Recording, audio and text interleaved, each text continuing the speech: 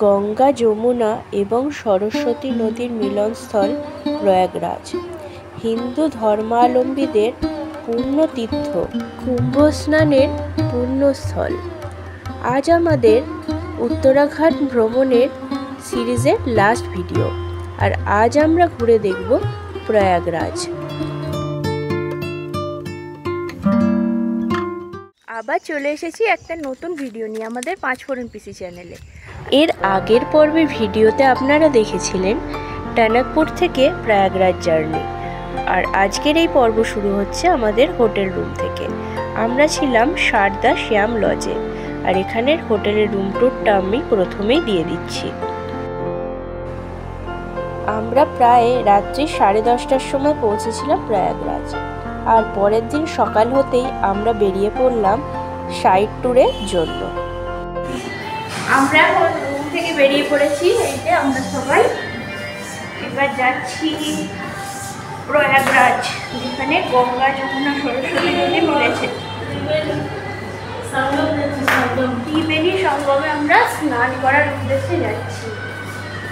আর এখানে কিছু এলাহাবাদ বা প্রয়াগরাজের কিছু দ্রষ্টব্য স্থানীয় স্থানও আমরা ঘুরে নেব। এবার যেতে যেতে কথা হবে। এখানে একটা খাওয়ার জায়গা আছে, যেখানে আমরা ব্রেড টোস্টের অর্ডার দিয়েছি, বানিয়ে দিচ্ছি আমাদের।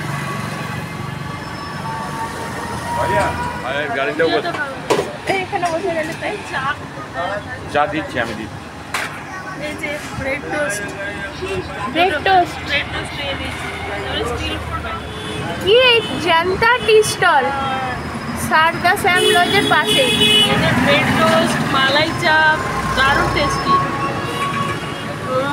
আপনারা এলে এই যে সারদা শ্যাম লজ, আমরা আছি ওই হোটেলে, এর পাশেই এই যে জনতা টি স্টল, এখান থেকে ব্রেকফাস্ট করে নিতে পারেন। ভালো খেতে। কি এটা? মালাই চাপ ফেমাস চা এখানে। ওয়াও, দেখেই মনে হচ্ছে দারুণ টেস্টি। টেস্টি, একটু খাবি?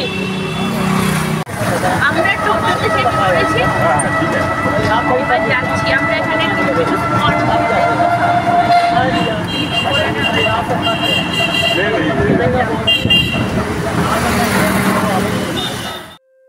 আমাদের হোটেলের সামনে থেকে আমরা একটা টোটো বুক করে নিয়েছিলাম প্রয়াগরাজ সঙ্গমে যাওয়ার জন্য। এখন আমরা যাচ্ছি প্রয়াগরাজ সঙ্গমে স্নান করবার জন্য। এই প্রয়াগরাজের প্রাচীন নাম ছিল বৎস দেশ, এবং বৎস দেশের রাজধানী ছিল যমুনা কুলের কৌশাম্বী। তারপর এখানে এলেন মুঘল সম্রাট আকবর, এবং তিনি এই স্থানটির নাম পরিবর্তন করে নতুন নাম রাখলেন ইলাহাবাদ। ক্রমে এই স্থান হয়ে উঠল মুঘল সম্রাটদের রম্যভূমি, এবং পরবর্তীকালে জাহাঙ্গীর এই স্থানে স্থাপন করলেন তার প্রিয় খসরুবাগ। এর কিছু সময় পরে ইলাহাবাদ নাম পরিবর্তন করে জাহাঙ্গীর এই স্থানের নাম দিলেন এলাহাবাদ। প্রয়াগ শব্দটি এসেছে প্র ধাতু থেকে। এই প্র ধাতুটির অর্থ হল প্রকৃষ্ট, অর্থাৎ যজ্ঞ অনুষ্ঠানের প্রকৃষ্ট স্থল হল এই প্রয়াগ। পুরাণ অনুসারে দেব ব্রহ্মার যজ্ঞের মধ্যবেদী হল এই প্রয়াগ।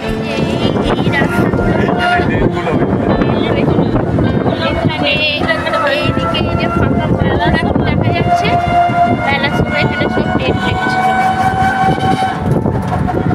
এই এত বড় বড় মাঠে তাও যাই।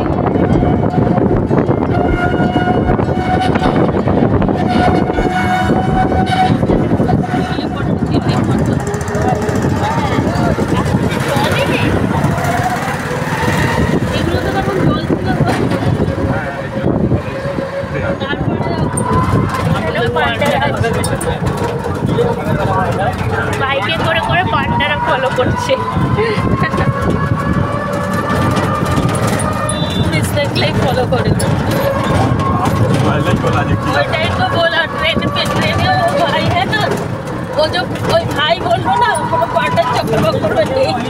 হ্যাঁ মেলা বসে গেছে। এই যে ফোর্ট, আচ্ছা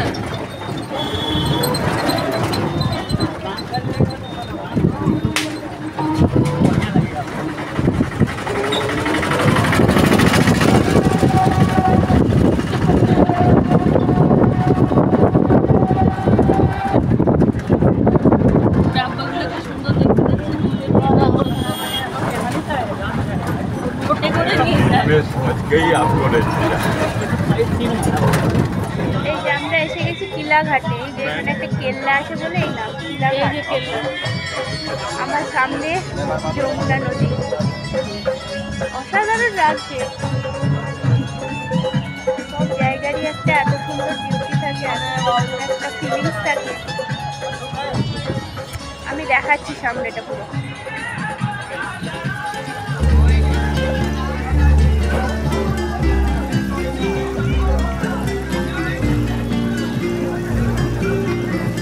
এই নৌকাগুলো করে ওই যে ত্রিবেণীর যে সঙ্গম সেখানে নিয়ে যাওয়া হয়।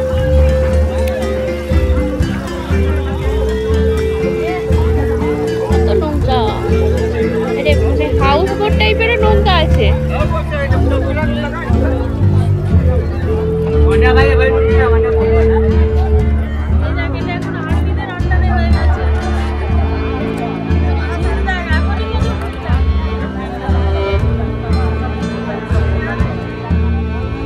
এরপর আমরা একটি বোট বুক করে নিলাম, শেয়ার বোট, এবং বোটে আমরা এখন চড়ে বসছি সঙ্গমে যাওয়ার জন্য।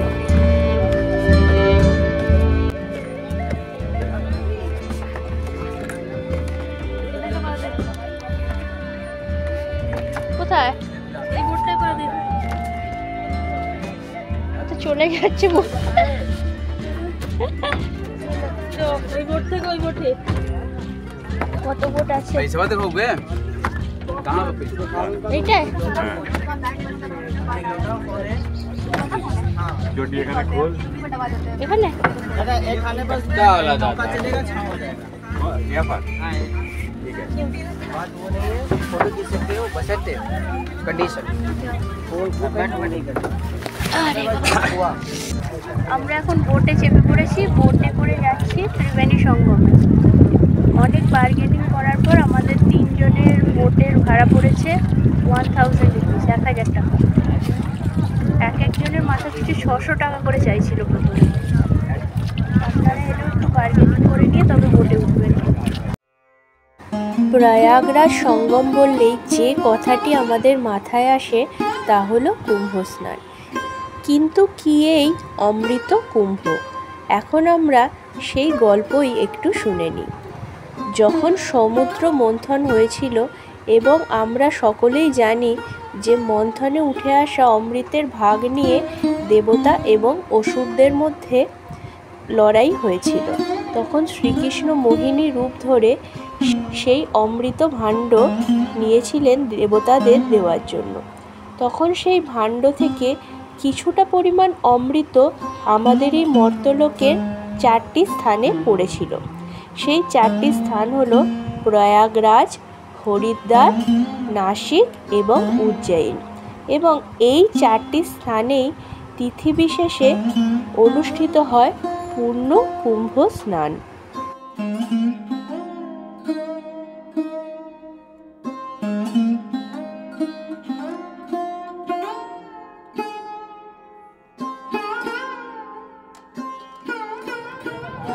নারু ভাইদের ফেভারিট যমুনা নদী এটা।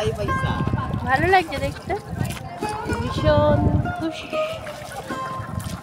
প্রত্যেক 6 বছর অন্তর অনুষ্ঠিত হয় অর্ধকুম্ভ, প্রত্যেক 12 বছর অন্তর অনুষ্ঠিত হয় পূর্ণকুম্ভ এবং 144 বছর পর অনুষ্ঠিত হয় মহাকুম্ভ স্নান, যেটি একমাত্র প্রয়াগরাজেই হয় এবং কিছুদিন আগেই সেটি অনুষ্ঠিত হয়ে গেল।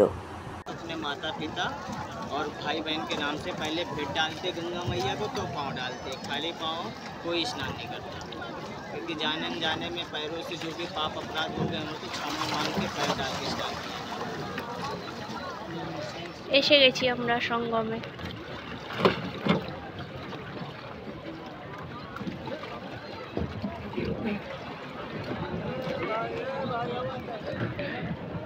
এখানে একটা নাকি প্ল্যাটফর্ম প্রতিদিন তৈরি করে এই মিডিলে যেখানে সঙ্গম, তার উপর দাঁড়িয়ে স্নান করা যায়।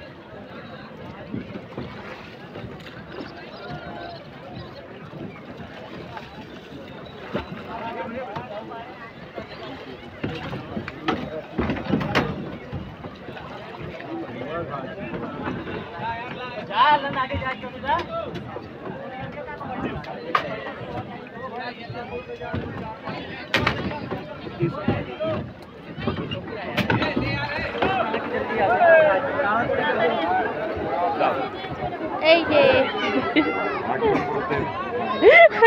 আমি ভাবছি ওটা নিয়ম বসিয়ে দেখ হচ্ছে কিনা, দেখ তো হচ্ছে কিনা দেখ। আমি চলছি রানিং অবস্থায় আমাকে এখানে রাখছি, এসে সারা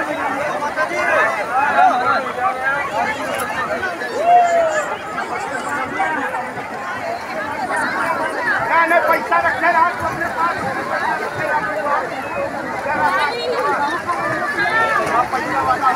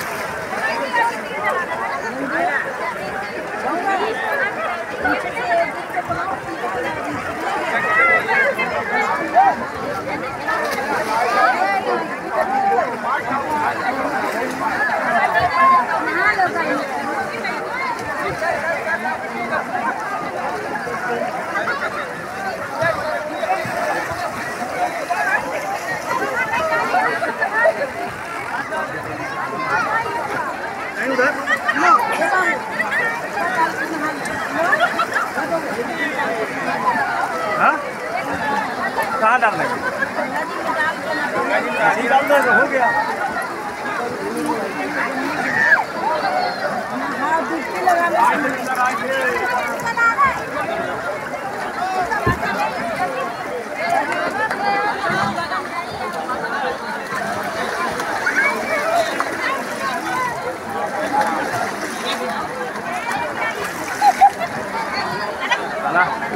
पसीना से हाथ लगाने लगा।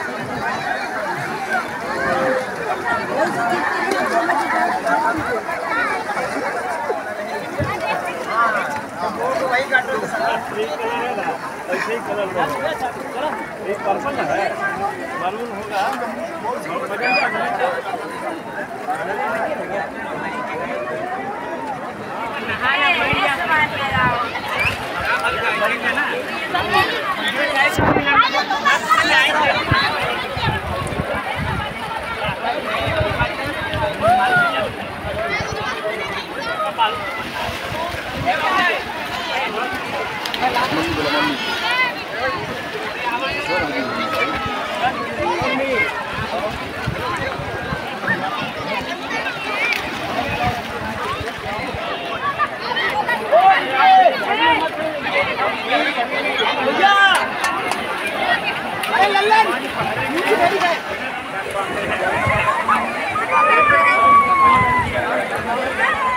আমাদের স্নান হয়ে গেছে, আমরা আবার বোটে চড়ে গেছি। আমরা ভিজা জামাতেই আছি, একদম রুমে গিয়ে চেঞ্জ করবো। এই যে বোটে আমাদের স্নান শেষ হয়ে গেছে। এখন আমরা প্রবেশ করছি আকবর ফোর্ট বা এলাহাবাদ ফোর্টে। 1583 সালে মুঘল সম্রাট আকবর যমুনা নদীর তীরে এবং গঙ্গা যমুনা সরস্বতী নদীর সঙ্গমস্থলে নির্মাণ করেছিলেন এই আকবর ফোর্ট।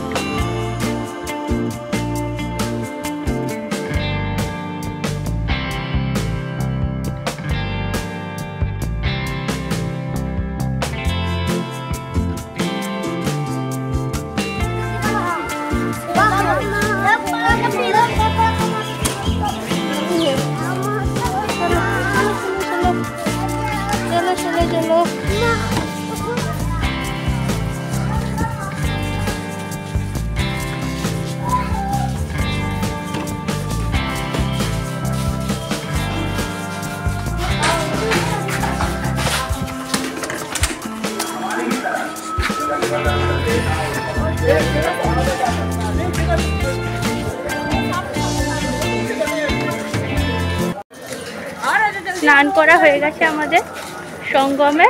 এবার আমরা এই আশপাশের কিছু সাইডের এরিয়া ঘুরে নিচ্ছি। কিলাঘাটের একদম পাশেই আছে অক্ষয়বট আর পাতালপুরি মন্দির।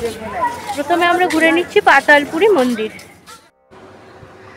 পাতালপুরি মন্দির হলো মাটির নিচে আন্ডারগ্রাউন্ডে নির্মিত একটি মন্দির, যেটির অধিষ্ঠাতা দেবতা হলেন ভগবান বিষ্ণু এবং মন্দির গাত্রে খোদিত আছে অসংখ্য দেবদেবীর মন্দির এবং এর সাথেই আছে অক্ষয় বট। এই যে এইটা হচ্ছে অক্ষয় বট।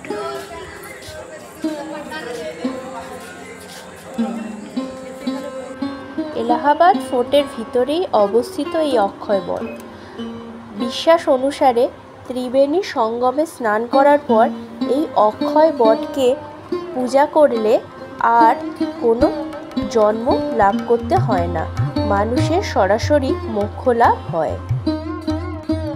পুরাণ, মহাভারত এবং রামায়ণেও উল্লেখ আছে এই অক্ষয় বটে। রামচন্দ্র, দেবী সীতা এবং লক্ষ্মণ যখন বনবাসে ছিলেন তখন তারা এখানে অক্ষয় বটে পূজা করেছিলেন, তার উল্লেখ পাওয়া যায় রামায়ণ থেকে। এখন আমরা প্রবেশ করছি আদি শঙ্কর বিমান মণ্ডপমে।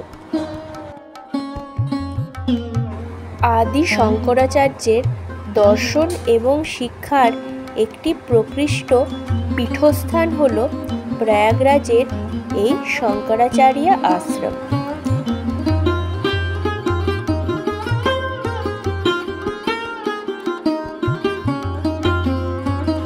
প্রতি বছর গুরু পূর্ণিমা মহোৎসব এবং চতুর্মাস্য মহোৎসবের সময় এখানে বিশেষ পূজা অনুষ্ঠিত হয়।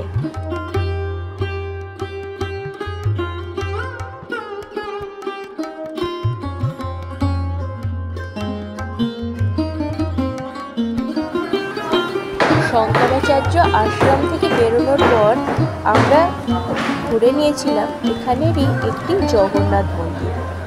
সেখানে জগন্নাথ, সুভদ্রা, বলভদ্র ছাড়াও ছিলেন বজরংবলী বিগ্রহ। এখন আমরা চলে এসেছি প্রয়াগরাজের বিখ্যাত আলোক শঙ্করী মন্দির অথবা আলোপী দেবীর মন্দিরে। এই আলোপী দেবীর মন্দির হলো একটি শক্তিপীঠ এবং এখানে পূজিতা হন দেবী আলোপী। অন্যান্য মন্দিরে যেমন দেবী বিগ্রহ থাকে, এখানে সেরকম কোনো বিগ্রহ নেই। এখানে পূজিতা হন একটি ডলি, যে ডলিটি কাপড় মালা দিয়ে ঢাকা থাকে। তিনি হলেন এই শক্তিপীঠের অধিষ্ঠাত্রী দেবী। এখন আমরা এসেছি আলোক শঙ্করী শক্তিপীঠে। ভিতরে প্রচন্ড লাইন, আমরা মাকে প্রণাম করে নিয়েছি লাইনে না দাঁড়িয়েই। হ্যাঁ, এটা শক্তিপীঠ। এখানের বিখ্যাত আলু।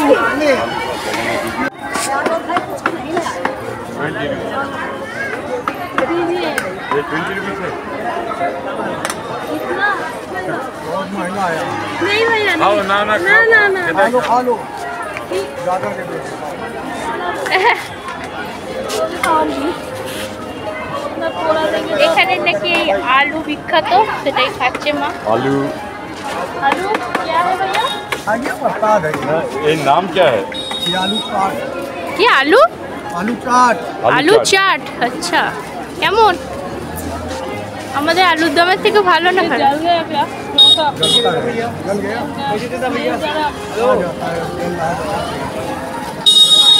बगल ले तो भाई अपने বলো, বাঙালিদের আলুর দম ভালো না ইউপির আলু চাট ভালো?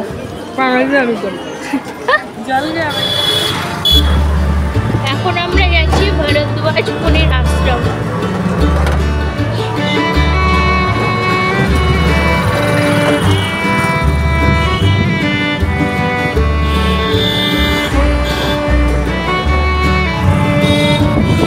ভরদ্বাজ মুনির বড় একটা statue. This is Bharadwaj park.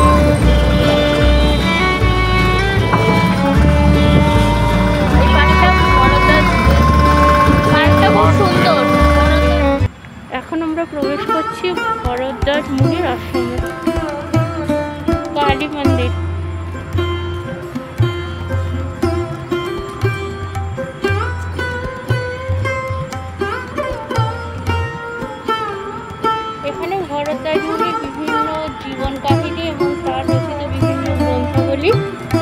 এসব সম্পর্কে দেওয়ালে মূর্তি বানানো আছে, রেলিক্স।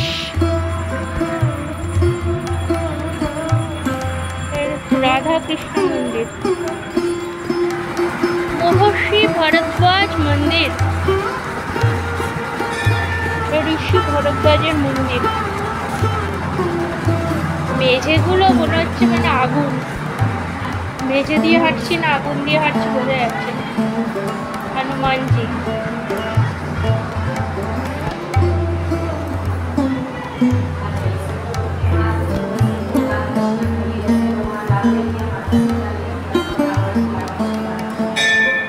ये भरद्वाज जी का सप्तऋषि मंदिर।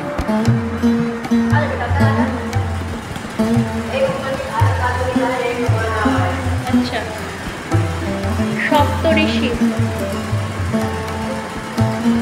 अत्रि मुनि, कर्ण मुनि, गौतम मुनि, भृगु मुनि, जमदग्नि मुनि, वशिष्ठ मुनि। এখানে পাতালে প্রবেশ করতে হচ্ছে।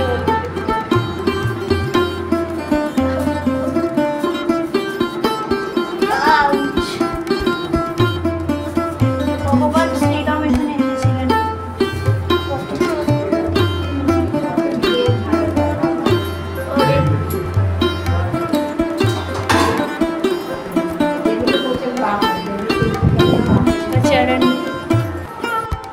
সপ্ত ঋষির অন্যতম ঋষি ভরদ্বাজ মুনি এবং ভরদ্বাজ মুনিরই আবাসস্থল ছিল এই স্থানটি। রামায়ণ থেকে আমরা উল্লেখ পাই যে বনবাসকালে রাম, সীতা এবং লক্ষ্মণ এসেছিলেন এই ভরদ্বাজ আশ্রমে। এখানের অধিষ্ঠাতা দেবতা হলেন ভরদ্বাজেশ্বর মহাদেব। এছাড়াও অধিষ্ঠান করছেন ভগবান রাম। শুধু তাই নয়, এখানে আরও দেবদেবীদের মূর্তি প্রতিষ্ঠিত আছে, যার নিত্য পূজা হয় এখানে। এটা হচ্ছে আনন্দ ভবন।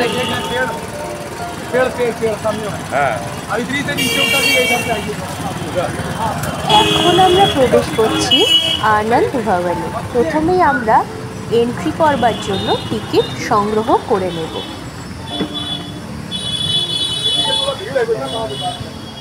আনন্দ ভবনে ঢোকার জন্য 30 টাকা করে টিকিট কাটতে হবে।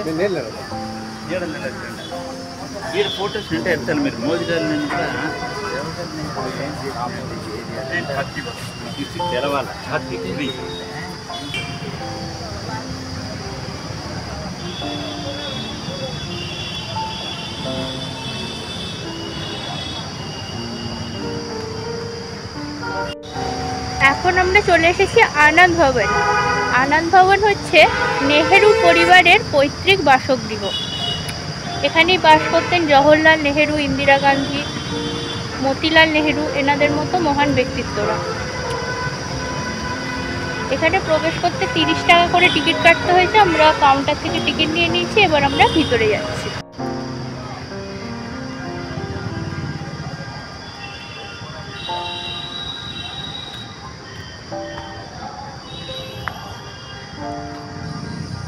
এই হচ্ছে সেই স্থান যেখানে পণ্ডিত জওহরলাল নেহেরুর অস্থি সঙ্গমে মিশিয়ে দেওয়ার আগে এই স্থানেই রাখা হয়েছিল। এই হচ্ছে সেই স্থান।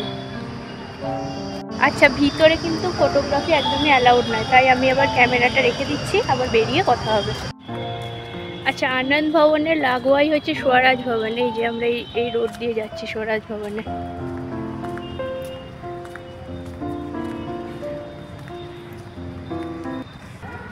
এই হচ্ছে স্বরাজ ভবন, যেটি হচ্ছে ইন্দিরা গান্ধী, আমাদের প্রাক্তন প্রধানমন্ত্রী ইন্দিরা গান্ধীর বার্থ প্লেস। ওনার জন্মস্থান এই জায়গাটা।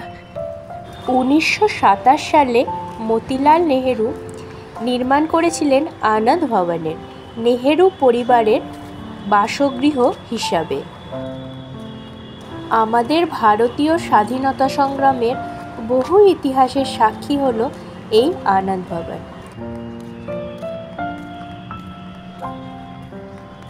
এখানে কোনো এক্সিবিশন আছে কিছু?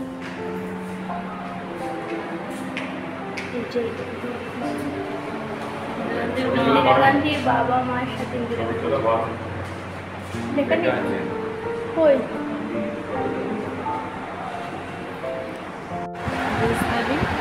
আমরা দুপুরে লাঞ্চ করতে চলে এসেছি আমাদের হোটেলের পাশেই হোটেল সঙ্গম বলে একটা। কী কী আছে মেনুতে? এই তো ভাত ডাল স্যালাড, একটা মিক্স সবজি। ঠিক আছে, ভালো। লাইট খাবার ভালো। এমনি খাবি না, আলাদা নেব, আমার খুব একটা খিদে নেই। আমরা হোটেল রুম থেকে বেরিয়ে এসে এখন এসেছি যে রামবাগ স্টেশনে, মানে এটা প্রয়াগরাজেরই একটা পাশেরই স্টেশন। এখান থেকে আমরা বিভূতি এক্সপ্রেসে করে যাব হাওড়া। আমাদের ট্রেন দিয়েও দিয়েছে 1 নম্বর প্ল্যাটফর্মে। আমাদের এই ভ্রমণ সিরিজের ভিডিওগুলো যদি ভালো লেগে থাকে তাহলে অবশ্যই লাইক এবং শেয়ার করবেন আর সাবস্ক্রাইব করবেন আমাদের চ্যানেল পাঁচফোড়ন পিসি।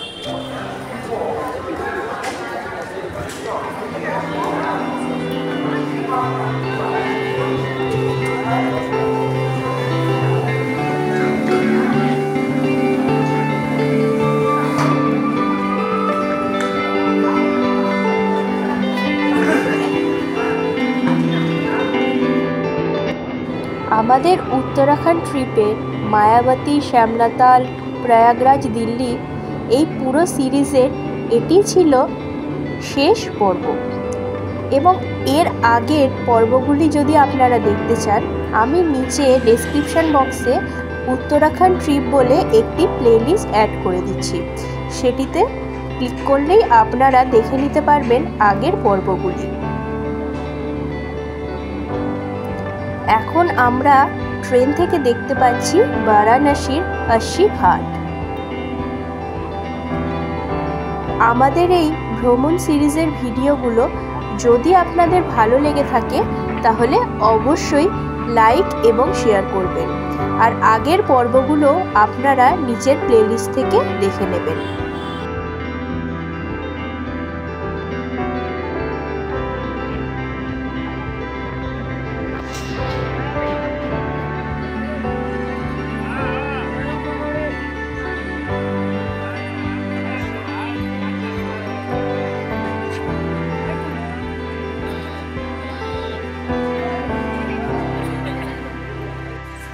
আমাদের ভিডিওটা ভালো লাগলে অবশ্যই লাইক শেয়ার সাবস্ক্রাইব করবেন আমাদের চ্যানেল পাঁচফোড়ন পিসি।